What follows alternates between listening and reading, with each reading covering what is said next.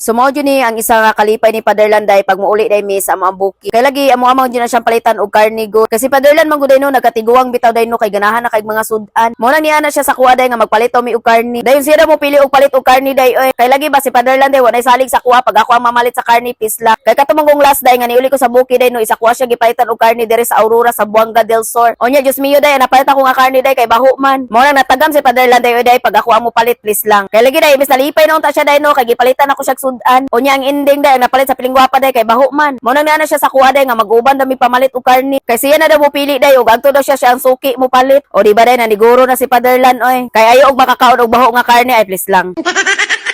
Bitaw oy maluoy man gud ko ani nilang Fatherland diri sa buki day no kay talag sara kay ni sila makakaon og karni. Mao na pag muuli gali ko sa buki day no is mubawi jud ko ni Fatherland. Ako jud na siyang papiliun day kung unsay gustong sudan niya ba. Then pag napagali ko time day no isa kuha pa na siyang lutuan. Kay malipay man gud ko magtanaw ni Fatherland day no samtang nagkaon bitaw siya. Kay kung matiman lang ni si Fatherland og kaon day lami kay ni siya mukaon day ba marag baboy at charot. Og mora day to no bay mo oy.